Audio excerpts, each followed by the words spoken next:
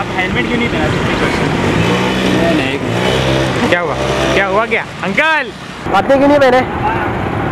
Helmet पहनना अच्छा नहीं लगता है, गर्मी होती है, पहनना चाहिए हेलमेट। गवर्नमेंट को रखना चाहिए हेलमेट के लिए। हेलमेट हाथ भी को रख रखा है, आप पहन नहीं सकते उसको।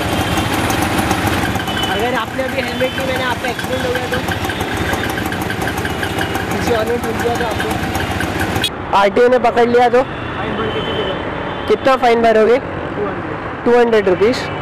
अगर किसी ने ठोक दिया आपको तो फिर आपका हाथ वाथ टूट गया तो आपकी फैमिली का क्या? 5-6 भाई में से एक भाई कम हो जाएगा।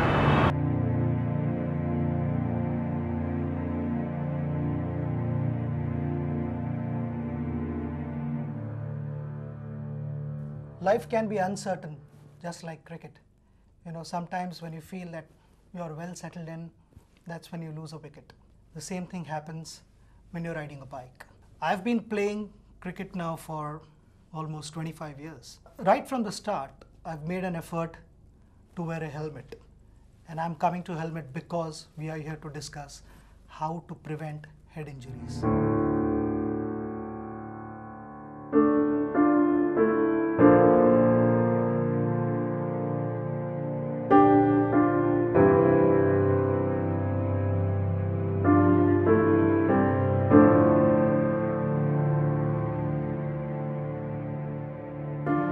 Neurological Society of India is a premier organization of clinical neuroscientists in this country, and in its 62nd year has taken up this campaign of head injury, especially because unfortunately we have become the head injury capital of the world. जब मुझे पता चला कि भारत में जो head injuries होते हैं वो वर्ल्ड में अगर देखे जाए तो सबसे ज़्यादा हेड इंजरीज भारत में होते हैं, और ये कोई अच्छा रिकॉर्ड नहीं है। We can't be proud of it. ये सिर्फ हो सकता है दो वजह की तरफ। एक, हम ये सोचते कि हम सुपरमैन हैं, हमें कुछ नहीं हो सकता, या दूसरा हो सकता है कि आप नेग्लिजेंस कर रहे हैं, आपको उसकी कोई फिक्र नहीं है, या आपको शायद इनडायरेक्टली आप ये सोचते कि मुझे कुछ नहीं होगा, और आप ये नहीं सोचते कि अगर मुझे कुछ होता है तो मेरे फैमिली पे क्या बीतेगी। हाँ, अनुराग मेरा बेटा है, और जब मुझे बोल पाना बहुत मुश्किल होता है, मेरे को बहुत बुरा लगता है। फिर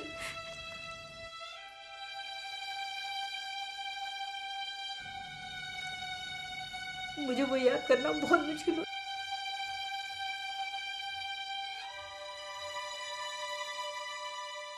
Unfortunately, that road was not well lit, and it was a foggy night. And most unfortunate, Anurag was not wearing a helmet, so he could not figure out there's a truck parked, and it was like half on the road, half, below that, and he banged into that truck completely. A minor bump on the head, but if it is associated with a prolonged history of unconsciousness for say half an hour or more, or if there is persistent vomiting, or if there is persistent dizziness or giddiness, or the patient does not remember the incident, or if there is major bleeding from the scalp, then you should not engross those symptoms, because those symptoms suggest that there is something which is brewing in the head and which need urgent investigation and treatment. This is about a very, very serious accident that my son had 5 years back. That was June 2008. The main reason why this accident happened was because I was overspeeding very late at night. I was a professional boxer, very much active. I'm on lying down for more than 4 months, not being able to get up, get down, speak or anything. I've seen the watch ticking second by second for 15 hours sometimes at a go. I could not walk, I could not do anything. Accidents, as I said earlier, take place when you feel nothing can go wrong. From your building, from an apartment, your college is maybe 100 yards away, and you say, oh, 100 yards, doesn't matter. What can go wrong? And that's when somebody comes and hit you. It may not be your fault, but you end up paying a heavy price for that. We now know that these head injury patients require some kind of guidance, and then the youngsters who are most of the times the victims of head injury, they can be guided properly in order to prevent all this suffering. My main problem is that I have difficulty memorizing. So I was carrying groceries and crossing the street, and a car, I think from what I recall, a car ran over me and I was lying on the street.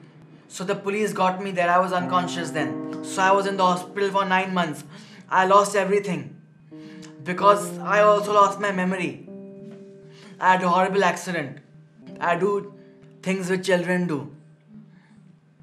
So I have to relearn everything like children. So my main problem is that I'm dependent on my parents. I feel like I'm a handicap. Because with physical injury, I also had brain injury.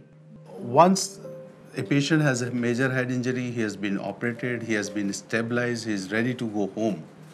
There may be many deformity or disability patient may have. He may have a physical weakness in the form of weakness in all the forelimb, difficulty in speaking, memory disturbance, difficulty in recognizing the people, doing his day-to-day activity, difficulty in swallowing, and urine and stool control. Last year, 23rd June 2012, my daughter Raina, she had a head injury. She had a traumatic brain injury. There were no critical care units along this entire stretch of a highway. Then they had to wait almost for 1.5 hours or more. So by the time we got her back to Bombay, we had lost a lot of time. She had lost a lot of blood. Basically, I think the golden hour, what we talk about internationally, we are not aware of how important that is when it comes to an injury to the brain. But people are scared. They're saying, "Arey, why should we get into the janjat?" You know, that is the first reaction people have in our country today. So that fear has to go away. We have to become responsible citizens ourselves. The golden hour in trauma is very important, and especially in head injury. The golden hour is known as the period from the time of accident till the time the patient receives the definitive care. So it could be a hospitalization and emergency surgery. So that period is about 1 hour in terms of head injury, and it is very important because it is important because the patient receives definitive treatment in that period to prevent death or long-term disability. I understand that people are afraid of the police inquiry, the investigation. They will be trapped, they will be asked many questions, and they don't have time. But you don't have time for the human help. We have lost the respect for discipline and lost the respect for uniform, have lost the respect for order. All of us understand the dire need to raise awareness. But what is crucial is to have a disciplined approach and practice safety first. Simple, inexpensive acts of wearing seat belts, helmets, following traffic rules, and other safety precautions can lead to huge gains in fatality and injury prevention. All I'm trying to say is, it should be a routine for a bike rider that first you wear a helmet. The second step is the brilliant rider. Make sure that he also wears a helmet, and that's when you start a bike. Otherwise, that ride doesn't happen. Accidents take place when you're not expecting. Don't try your luck. Always wear a helmet. Heads, we win. Heads we win.